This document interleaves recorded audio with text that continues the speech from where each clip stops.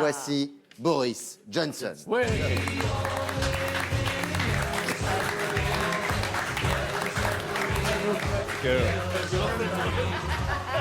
Bonjour.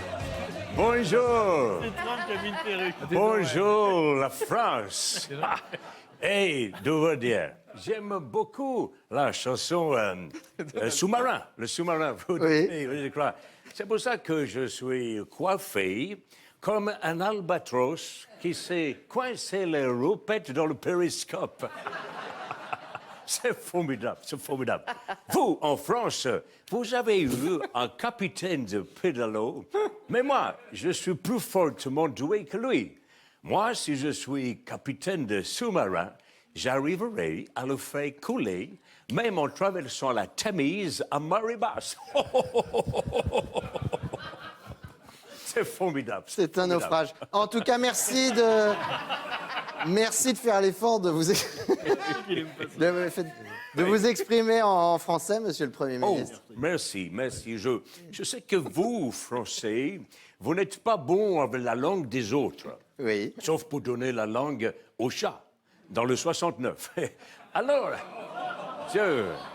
merci, je connais vos coutumes. Alors, je vais faire effort. Mais si je dis des choses confondues dans la mauvaise sens, il ne faudra pas me gronder, car j'ai appris le français avec Chan Baking et...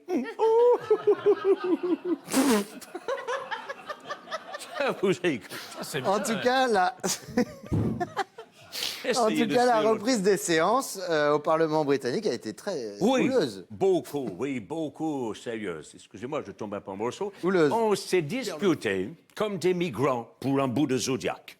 Mais il y a une tradition de grossièreté dans la vie politique britannique. Vous voyez, pour nous, Nadine Morano, c'est Mère Teresa. Et Jean-Marie Bigard, c'est l'abbé Pierre. On se dit des insultes et à la fin, c'est toujours celui qui sort la plus grosse qui gagne. Comme le concours de blagues entre M. Mabille et Stéphane Rose. C'est formidable. Vous voulez dire que vous n'êtes donc pas le seul à avoir votre franc-parler? Oui, c'est vrai. Il y a un député travailliste qui a dit de moi que j'étais déjà épuisé par le pouvoir et que j'avais le souffle aussi court qu'un pain d'anorexique. Ça n'est pas très gentil, ça m'a fait beaucoup de peine. Hey. On vous a... Reprenez. J'ai chaud. On vous a quand même reproché de nombreuses gaffes, comme par exemple quand vous avez traité les femmes politiques de chaudasses, ça ne se fait pas. Oui, je sais, mais j'ai aussi dit que les femmes vêtues de burqa ou de niqab ressemblaient à des boîtes aux lettres. Mais maintenant, je ne le dis plus. Je dis que si elles s'habillent comme ça, c'est pour aller au bal mosquée. C'est formidable. C'est formidable. On s'égare là. Non, on ne se gare pas. On ne se gare plus. À Paris, on ne se gare plus. Je n'ai pas réussi à garer ma Bentley. Il faut que Miss Hidalgo fasse comme j'ai fait moi, quand j'étais maire de Londres, qu'elle mette un péage à l'entrée de Paris. Ça rapporte un max de fric. Mais je crois à Paris, ça rapporterait plus de taxer les trottinettes et les crottes de rat, non? C'est formidable. Alors finalement, comme Donald Trump, vous acceptez de passer pour un populiste. Oh, oui, Donald Trump, c'est mon maître. Il m'a tout appris.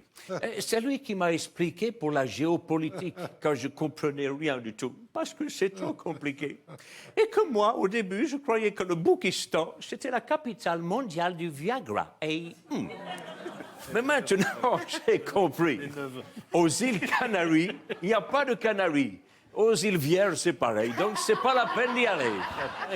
Bon, j'espère que vous n'espérez tout de même pas devenir roi d'Angleterre, monsieur Johnson.